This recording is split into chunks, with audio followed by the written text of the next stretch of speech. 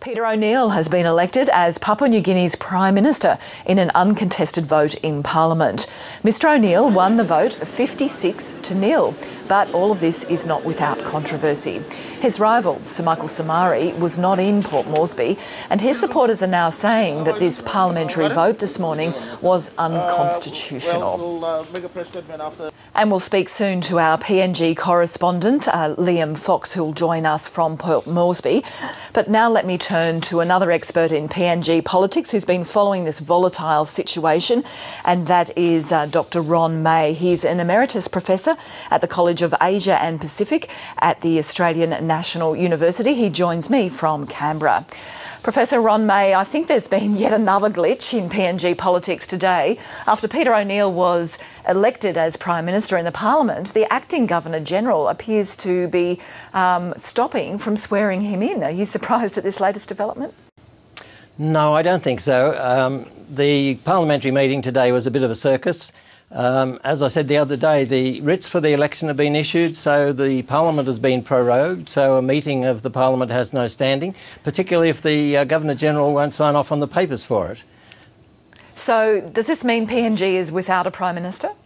Well, it's been without a legitimate Prime Minister for a while, I guess. O'Neill has the numbers in the House, but the court has recently reinforced its decision earlier that the legitimate Prime Minister is Sir Michael Somare. So we really don't have any leader there. The vote for Peter O'Neill was completely unsurprising. We know he's got the numbers. It's just that he doesn't have the legitimacy. Australia's Foreign Minister Bob Carr was saying earlier today that the situation in PNG is confusing. Is that a polite way of putting things? I think that's a fairly polite way. I think it's confusing to everybody, including most Papua New Guineans. Right as we speak, there are about 4,000 candidates who've paid their deposit to stand as candidates in the election who are out there campaigning for the election. I think this is just a little side circus while the real politics of the election gets underway. But can PNG effectively operate while we wait for that election in June? Can some sort of government, could somebody be in control of PNG effectively while we wait for that election to be held? Well, it probably can. I mean, what we've had since last August is a government with a majority in the Parliament, but no legitimacy, passing legislation, much of it highly dubious legislation. So in some respects, it's probably better not to have that sort of de facto government in office anyhow.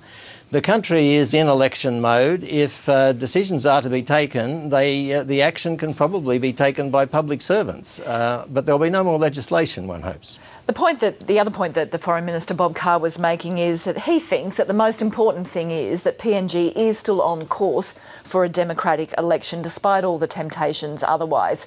Would you agree, and do you think that that actually will go ahead? Absolutely. I think it will go ahead at this stage. I can't see how anybody could stop it at this stage. As I say, with all those candidates out there campaigning, nobody's going to be able to stop the election going forward. The Electoral Commissioner has been firm from the start that the election should go ahead in June as they were scheduled to. So I really can't see that changing. There will be some flaws with the electoral process, as there generally are with elections in Papua New Guinea, but in the past we've had some troubled elections that have produced results that have been widely accepted, and we've had governments take up office.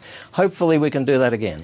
Now that the Supreme Court has ruled twice that Sir Michael Somare is the legitimate Prime Minister, and his supporters are certainly saying this vote in Parliament today was unconstitutional, do you think they're going to be patient enough to wait for that election in June to see if once again if they would have the opportunity to form a government, and how likely is it that Sir Michael could return to that top job?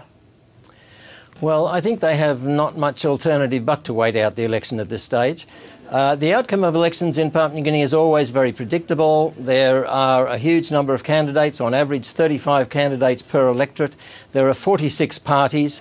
Every government in Papua New Guinea's history has been a coalition. Most governments have changed. Up till 2002, every government had changed mid-term.